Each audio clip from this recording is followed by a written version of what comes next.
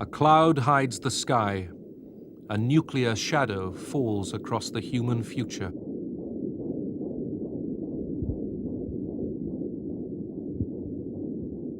Midway through the 20th century, two superpowers prepared for a conflict which might have ended life on the planet.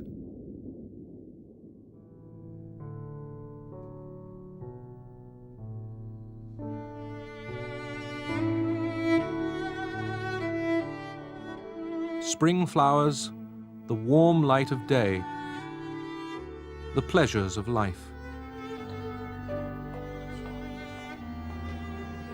But under this American hotel was a hidden gate. It led into an underworld.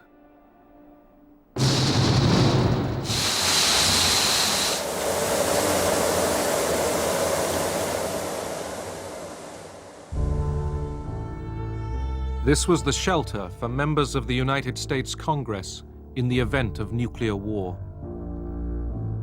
Down here, the politicians would represent the dead and the dying in the world overhead.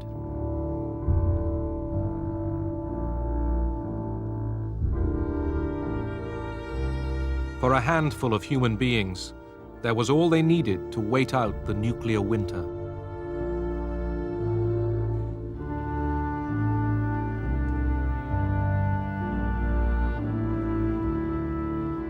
But nerves might snap, then order would be kept by force.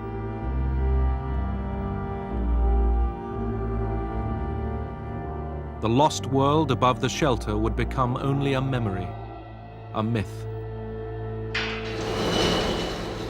The living would come to envy the dead.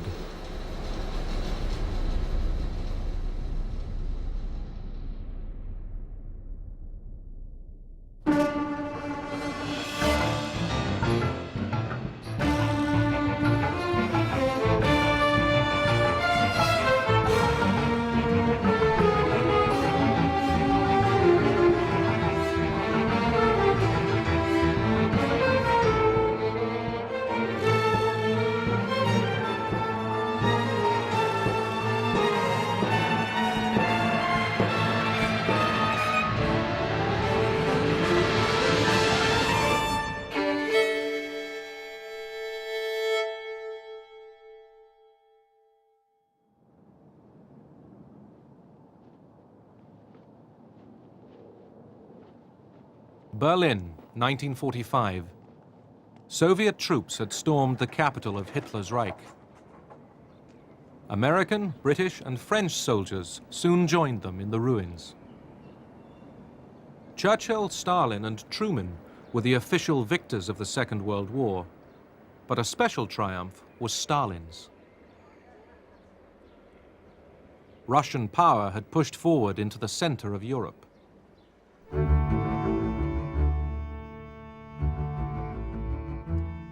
At Potsdam, outside Berlin, the Big Three met to settle the post-war order. Winston Churchill represented a Britain exhausted by war, while Joseph Stalin, supreme ruler of the Soviet Union, faced Harry S. Truman, 33rd President of the United States. It was 3 months after the death of President Franklin Roosevelt that Harry Truman, once a Missouri haberdasher, set off for Potsdam. It was his first overseas conference as head of state. President Truman was unprepared for the presidency in the sense of being fully briefed and up to the minute on all that was going on. But as a senator for the past 10 years, as chairman of one of the most important congressional committees of the war, he was well aware of the major problems that a president had to face. Stalin was late for the conference. He had a sort of heart attack. Anyhow, he came one day later. He visited Churchill and Truman and immediately apologized for being late. The Soviet Union was devastated by war, but Stalin remained a formidable figure. I went up to him and I said, "Marshal, this must be a great satisfaction to you after all the trials that you've been through and the tragedy that you've been through, to be here in Berlin." And he looked at me and said, "Tsar Alexander got to Paris." Did Stalin want to push on to the Atlantic? Lenin, his predecessor, once hoped the Russian Revolution would lead on to communist world revolution. It was then, after the First World War, in a clash of ideologies, communist and capitalist, that the Cold War had its origins. In 1919, President Woodrow Wilson took ship to the European Peace Conference with his gospel for a better world, safe for small nations, sound for business. But his peace settlement excluded Bolshevik Russia.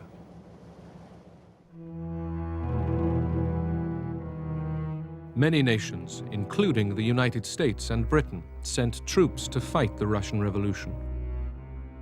Churchill, fresh from victory over Germany, urged, "Kill the Bolshoi, kiss the Hun."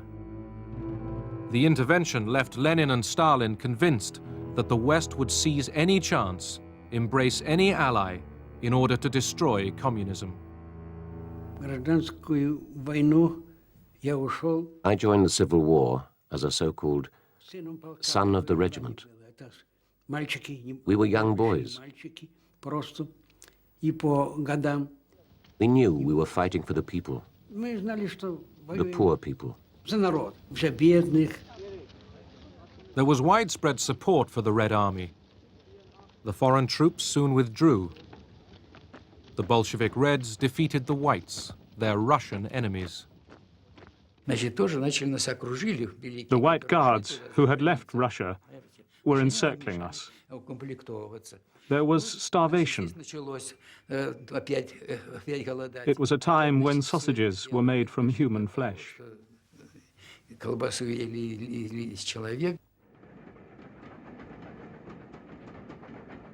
In Russia, famine followed civil war. The victorious Bolsheviks turned away from the outside world to build up the economy at home.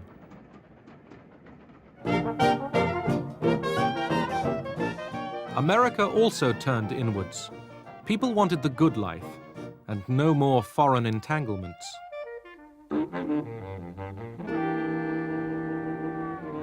Then, in 1929, Wall Street crashed.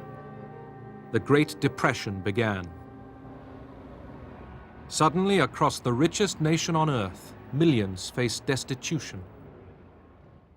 American politics shifted to the left.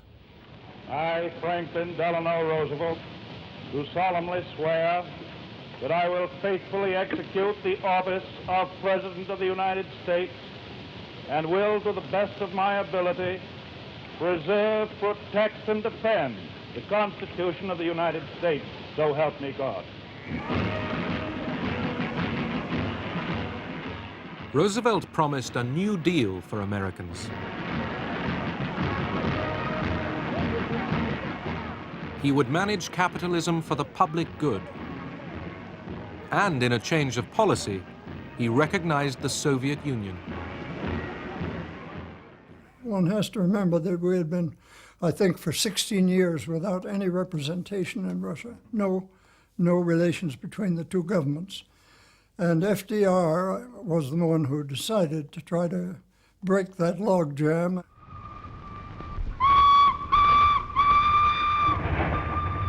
Stalin's industrial drive soon attracted American experts. Some brought their families.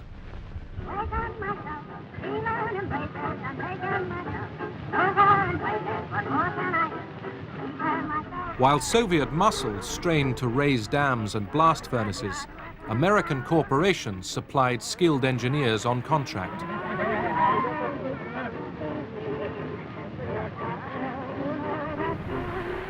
Communist ideology didn't worry them. Unlike the Russians, they were free to go when the job was over.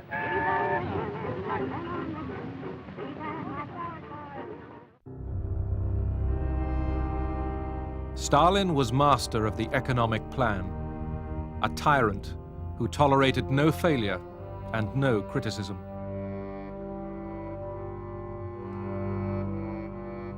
Privately owned fields became collectivized prairies.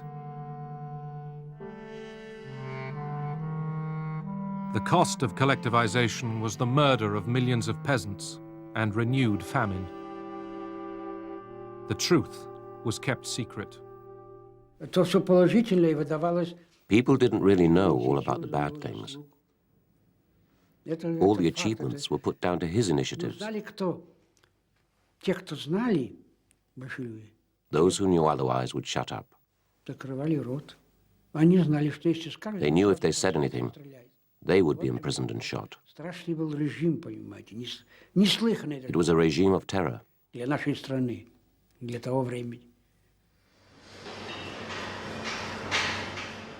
This was socialism in one country.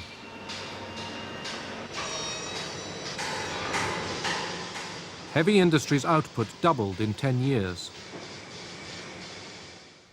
Stalin felt that in order to get public support for the things he was doing, which were very harsh policies, he had to convince a great many of the people, the common people and the party members, that Russia was confronted with a conspiracy on the part of the major capitalist powers to undermine the Soviet government by espionage.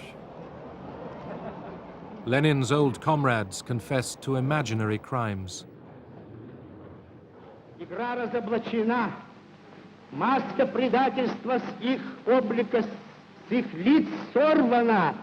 И сорвана раз и навсегда. Пусть прогремит ваш приговор, как освежающая и всеочищающая гроза. I could see them there with their pale faces, their twitching lips, their evasive eyes. These were the faces of men who had been, if not tortured, then terrified in many ways, and often by threats to take it out on their families if they didn't confess. The Moscow trials tore away some foreign illusions. Stalin's Soviet Union was revealed as a police state, not a workers' paradise. But even in America, thousands stayed loyal to the communist dream. In the 1930s, Moscow called for a popular front of the left against Hitler and fascism. Within the shadow of the giant skyscrapers, the red cohorts of communism gather at historic Madison Square. Fighting the spread of fascism became the great cause for socialist and communist alike. Doubts about Stalin were repressed. In Spain, volunteers from all over the world rallied to oppose the fascist rebellion launched by Franco. Franco was armed by Mussolini and Hitler.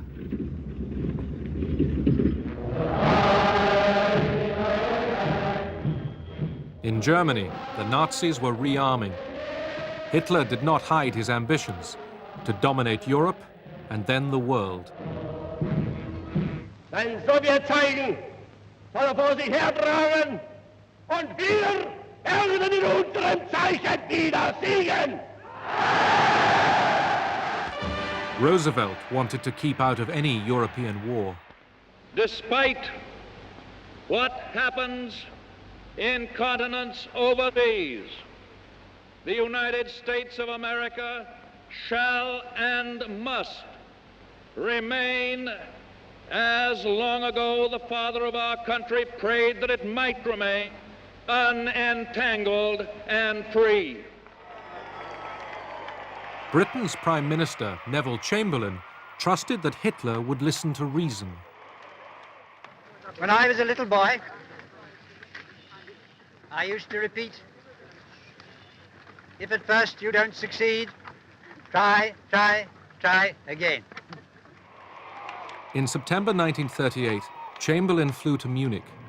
War seemed close as Germany prepared to invade Czechoslovakia. But Chamberlain went determined to appease Hitler.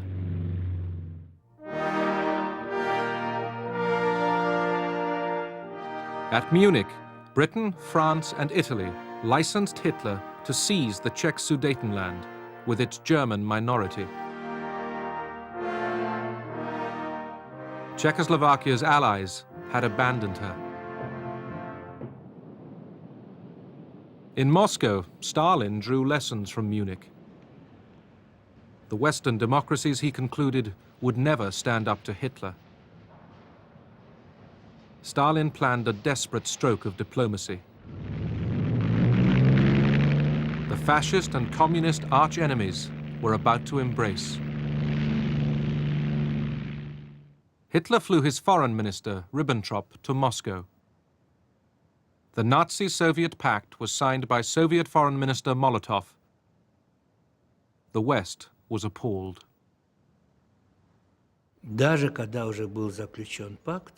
After the pact was signed, I heard this from Stalin's lips. He was often at our home.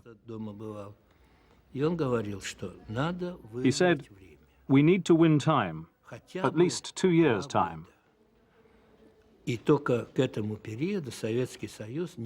Only then will the Soviet Union be able to defend itself against Germany.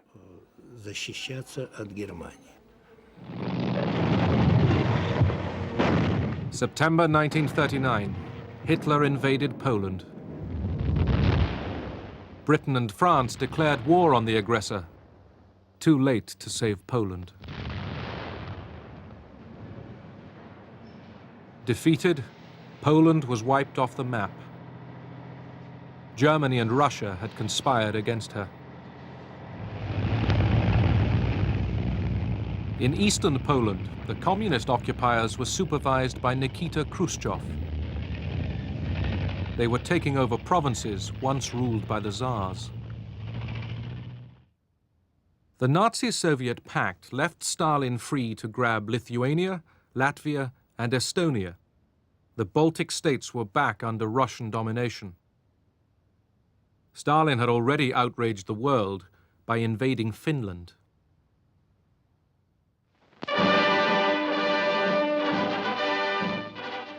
The Soviet Union is run by a dictatorship as absolute as any other dictatorship in the world. It has allied itself with another dictatorship, and it has invaded a neighbor so infinitesimally small that it could do no conceivable, possible harm to the Soviet Union. In 1940, Hitler struck west. By mid-1941, France, Belgium, Holland, Norway, Denmark, Yugoslavia, and Greece had been added to his conquests. Churchill's Britain held out alone. On June the 22nd, 1941, Adolf Hitler invaded the Soviet Union.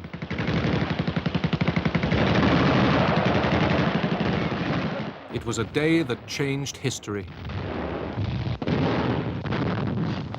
Hitler meant to win a vast colony for Germany. Instead, his act would bring Russian power into the heart of Europe only 4 years later. The future outlines of the Cold War began to form as the Nazi tanks surged forward. The Red Army fell back in retreat. My mother said, "Go with the soldiers." The soldiers were retreating, injured, covered in blood. I only had my overcoat and my shoes, that's all. Soviet citizens rallied. Abroad, the Soviet Union won unexpected friends. Churchill, in spite of his past anti-Soviet feelings, at once welcomed Stalin's Russia as an ally. He did say to his friends, of course, that he'd have welcomed the devil if the devil had turned up in order to help him defeat Hitler.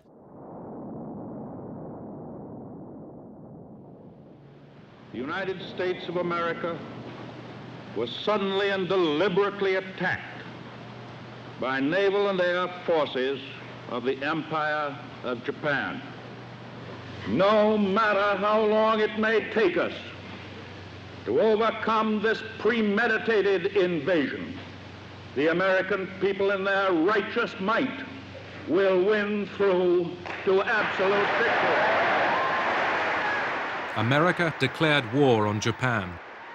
Days later, with the Wehrmacht at the gates of Moscow, Hitler rashly declared war on the United States, making Russians and Americans allies. The German thrust at Moscow was blocked. Stalin broadcast to the nation. И эти люди, лишенные совести и чести, люди с моралью животных, имеют наглость призывать к уничтожению великой русской нации. Немецкие захватчики хотят иметь истребительную войну с народом СССР. Что же, если немцы хотят иметь истребительную войну, они ее получат. Stalin already looked beyond victory. He told the British that post-war Soviet boundaries must include the Baltic States and part of Poland. When I went to Moscow with Anthony Eden in December 1941, when the Germans were still only 19 kilometers away from us as we talked, the very first thing that Stalin said at that meeting was, Mr. Eden, I want to have your assurance that at the end of the war you will support my just claim to all these areas, you see. And Eden was happy to take the back. He said, but oughtn't we to be thinking about how we win the war? No, said Stalin, I would like to have this clear at the very beginning. So Eden obviously had to say, well, he had no authority to discuss how the war was to end. American aid to Russia concentrated on guns and trucks. But Stalin and his people cried out for more, a second front, an Allied landing in Western Europe to relieve Soviet suffering.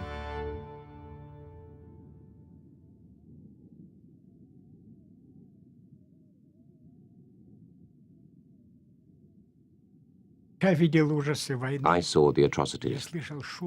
I heard the noises of war. Although it's 50 years ago, I can still hear the noises of war. The shells, the bombing, people screaming, women crying.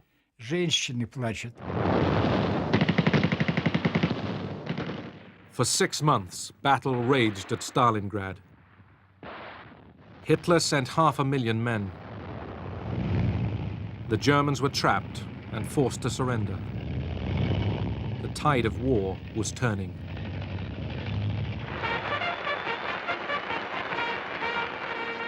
Western opinion cheered on the Red Army, their comrades in arms. The Russians have thus far lost in the common cause at least 50% more men killed, wounded, and missing than all the rest of the European allies put together. And moreover, they have killed, wounded, and captured at least 20 times as many Germans as the rest of the allies.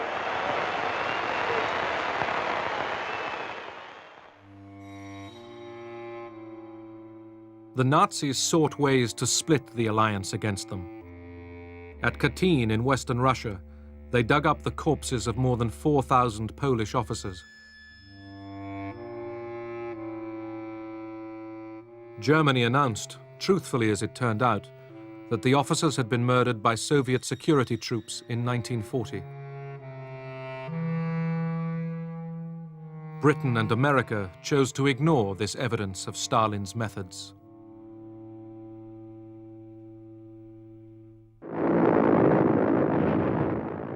In 1943, with their alliance still intact, the Big Three prepared to meet at Tehran in Persia. I was summoned to Tehran to help them prepare for the conference. Mr. Roosevelt is supposed to arrive. We had the code names for it. And so I called the airfield, and sure enough, I spoke to Admiral Lunghi. I said, "Are you coming?" And he said, "No, we're not coming. We're going to American mission." And when I said that to Molotov, I thought he'd just fry me alive. Say, what? And he'd get all the four-letter words I never heard in my life were spilled over me. He'd say, who the hell are you here anyway? How'd you get in here? What do you know? What am I going to say to Stalin? Stalin persuaded Roosevelt that his safety was best assured by residence at the Soviet embassy.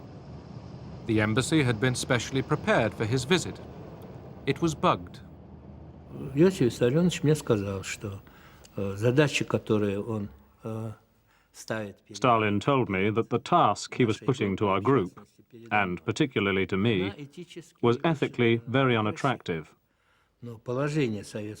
However, the position of the USSR was so serious that he had to know what our allies were thinking. Stalin was very skillful in dealing with Roosevelt and Churchill. Even Churchill began to quite like him, you know, and talk about Uncle Joe, which was a quite affectionate term. And they both had this idea that if you treated him the right way, the phrase was, if you treat Uncle Joe like a member of our club, perhaps one day he will behave like a member of our club. Every day at 8 in the morning, I had to go to Stalin. I went with all the transcripts, in Russian and in English. For about an hour, Stalin examined, in great detail, all of Roosevelt's conversations. Выяснял все детали разговоров, которые вел Рузвельт. I don't think FDR was capable of conceiving of a man of such profound iniquity, coupled with enormous strategic cleverness, as Stalin. He had never met such a creature. And Stalin was an excellent actor, quiet, affable, reasonable. He sent them all away thinking this really is a great leader. The Allies agreed that post-war Eastern Europe would be a Soviet zone of influence. Stalin would annex Eastern Poland. As compensation, the Poles would get a slice of Eastern Germany. Poland was offered no choice. Together, the Big Three mapped out the future.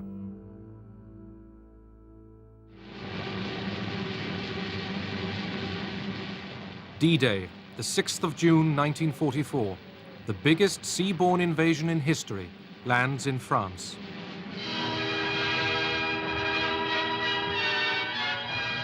This was the second front Stalin longed for.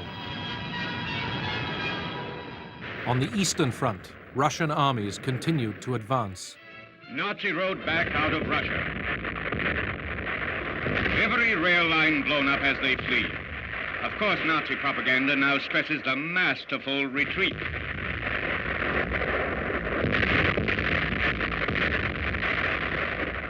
The Soviet flag unfurled in triumph over Sani, Tarnopol, Odessa, as the Russian tide of victory rolls westward toward Germany.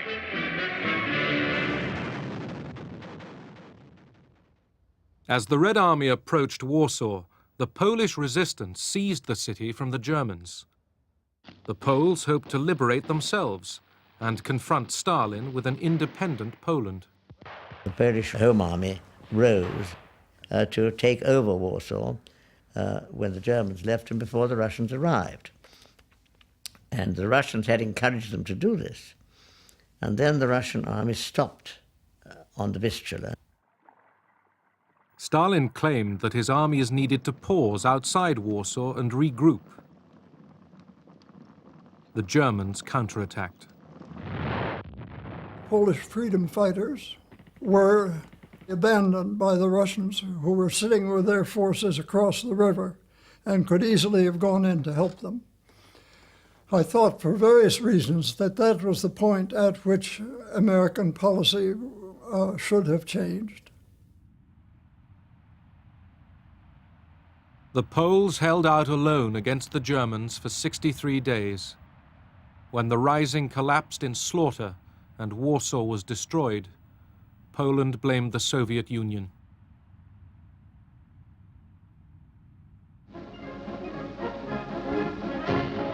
Then, with Poland under Soviet occupation, Churchill and Stalin got down to power broking in Moscow. One night, Churchill scribbled down a formula for carving up Europe.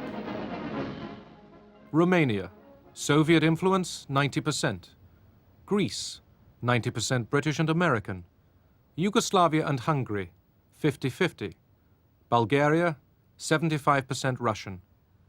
Stalin ticked his agreement.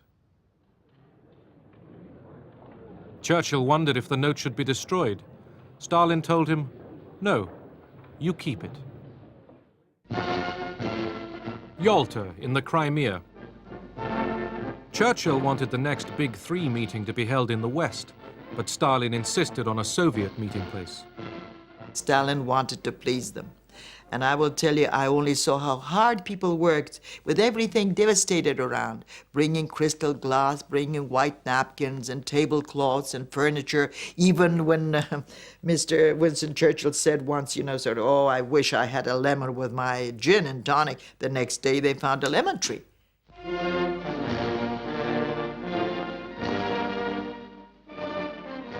The journey was torment for the sick Roosevelt. His polio and the strains of war leadership dragged him down.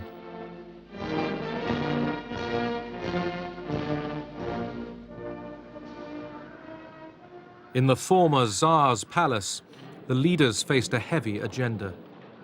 They must decide how to govern a defeated Germany, and they wanted to get the Polish question settled. Eastern Europe, important though it was only one of many other things. First of all, winning the war and then occupying Germany. Secondly, seeing to the war against Japan. Thirdly, the post-war arrangements. Stalin knew that the war was won. After all, the Russians were only 40 miles from Berlin at that time. They were on the point of capturing Budapest. They'd swept through parts of Eastern Europe, not the whole lot yet. He was a very shrewd negotiator. He doesn't look you in the eye. He's just sort of smoking. He was a chain smoker. And he was just sort of smoking, and you think that probably he's not listening, Then all of a sudden, he would raise his fingers. The terrible mistake that Roosevelt made was that he was trying to ingratiate himself into Stalin's favor by stressing the divisions between Churchill and himself. So he made it quite clear to Stalin that there were real divisions as well as imaginary ones. For us, of course, the major topic was the future of Eastern Europe and above all Poland. And on that, Stalin obviously was bound to get what he wanted because the Red Army was in occupation of the whole area, including Poland. They'd already gone through Poland into Germany by the time we were in Yalta.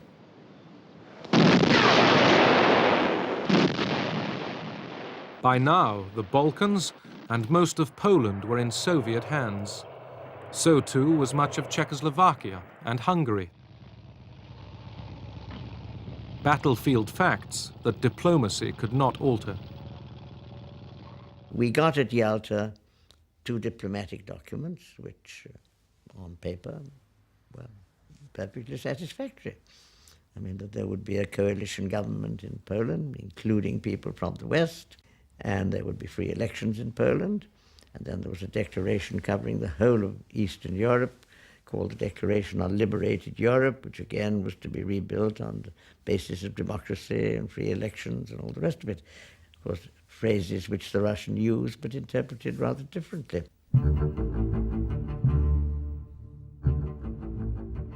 Stalin promised that the Polish elections would be free and fair.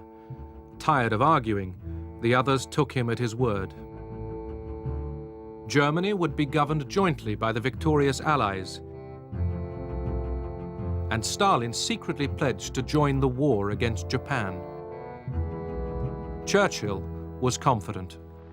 We have all bound ourselves to work together to make sure that there is increasing happiness and prosperity for the broad masses of the people in every land, no longer subject to the hard strains of war. There is the prospect which has now opened before us.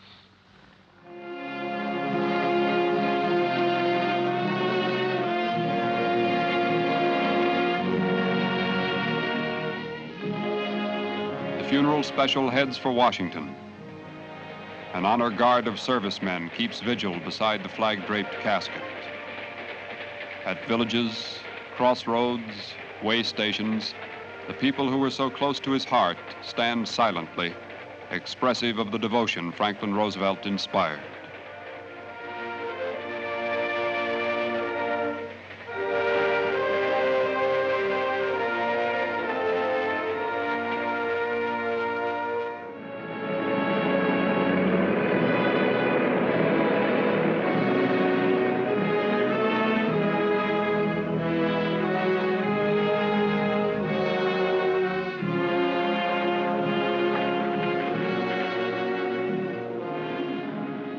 As the president was buried, the last battles in Europe were ending.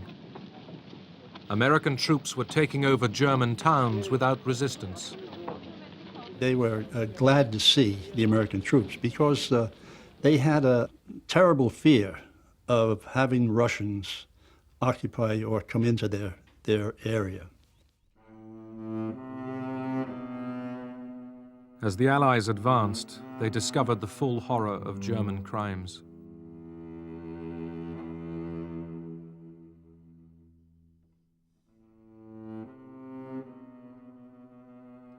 The Jews had been the Nazis' special target, but every nation was mourning over mass graves. Fear of a German revival would overshadow the first years of peace. Soon, Soviet and American troops would meet in Germany. Our lieutenant came in one day and said he wants to get the patrol together. We're going to go and see if we can find some Russians. Well, none of us were too eager to go on that patrol, really, because we realized the end of the war was imminent, and we didn't know what was out there. And, you know, we had gotten this far. Why stick our necks out again? We kept going, and we kept running into no resistance, and everybody was retiring and surrendering. And we just, I guess, were lucky we got to the Elbe River, and we saw the Russians on the other side. I told my girlfriend, you stand there, and I'll stay here. We waited for them to come ashore. We could see their faces. They looked like ordinary people. We had imagined something different. Well, they were Americans. I guess we didn't know what to expect from the Russians, but when you looked at them and examined them, you couldn't tell whether, you know, if you put an American uniform on them, they could have been American. Когда встретились, как мы целовались с ними. Не знали, кого мы целуем.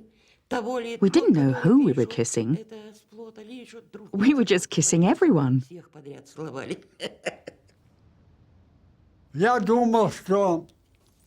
I think that for us, the war was over. We washed our feet in the Elbe River. We washed our faces and hands. We thought that now we'd met the Americans, the war must be over.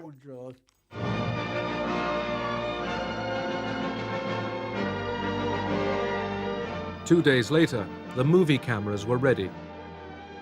The moment of history, the meeting of ordinary soldiers from Russia and America, was rerun dramatically with a bigger cast.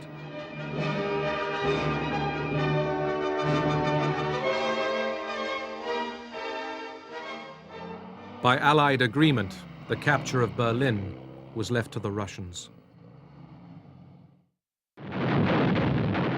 April 1945, the Red Army launches its final offensive towards Berlin. The war cost the Soviet Union 27 million lives, nearly 40 times American and British losses put together.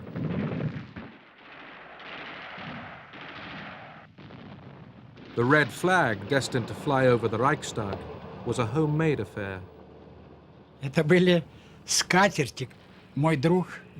We used tablecloths.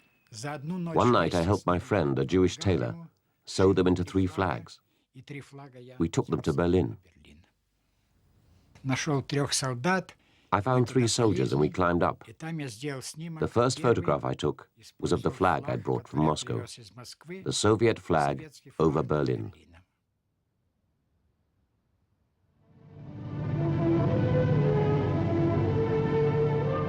As Hitler's Reich fell apart, hundreds gathered in San Francisco to found the United Nations organization.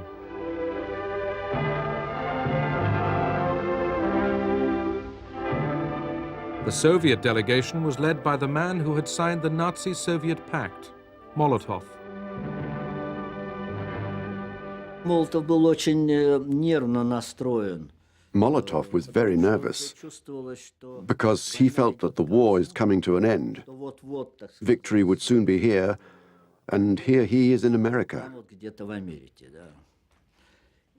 That's why every day he sent cables to Stalin. When may I return? As the San Francisco meeting continued, news came of Germany's surrender. General Eisenhower informs me that the forces of Germany have surrendered to the United Nations. The flags of freedom fly all over Europe.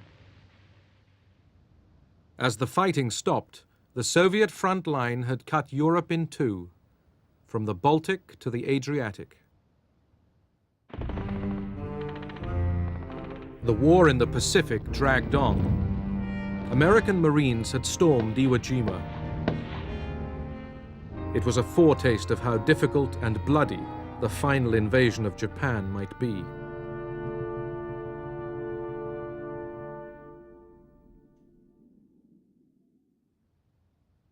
Potsdam in conquered Germany, site of the 3rd Allied summit. The attitude in Washington toward the Soviet Union had begun to change well before Potsdam. Storm signals were already flying. Truman сделал такое официальное заявление. Truman declared officially, and quite sharply, that the Declaration on Europe adopted at Yalta is not being carried out in some countries. Которое было принято всеми в Крыму на конференции. Что в частности в некоторых странах Governments are being set up, which the United States will not recognize. которые Америка не может признать. I'd call the Potsdam Conference a bad-tempered conference, because apart from the ceremonial occasions, it was really very bad-tempered. The Allies couldn't easily agree about a German peace treaty or on how to carry out agreements reached at Yalta. Stalin confirmed that his troops were ready for war with Japan. But the day before the conference, America had successfully tested an atomic bomb.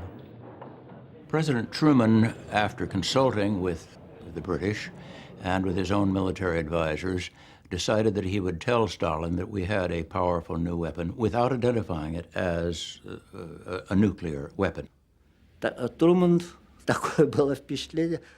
Truman repeated what he was saying about the new weapon. He thought Stalin didn't hear or didn't understand him. Stalin said, "Okay, thank you for the information."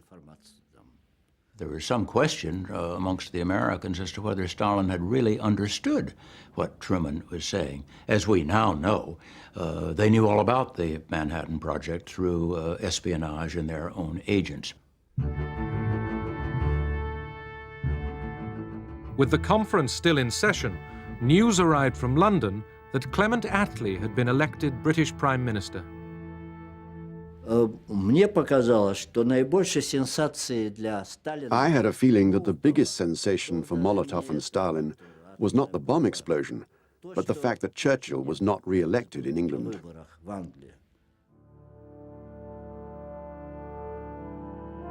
Another photo call. The world must see that the Allies were still united. On August the 2nd, the conference ended and the statesmen went home. 4 days later, America dropped an atomic bomb on the city and people of Hiroshima.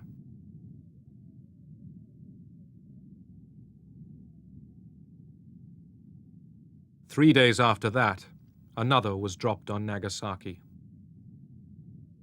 Soon the human race would be able to destroy itself in a day. At each Cold War crisis to come, the nuclear shadow threatened.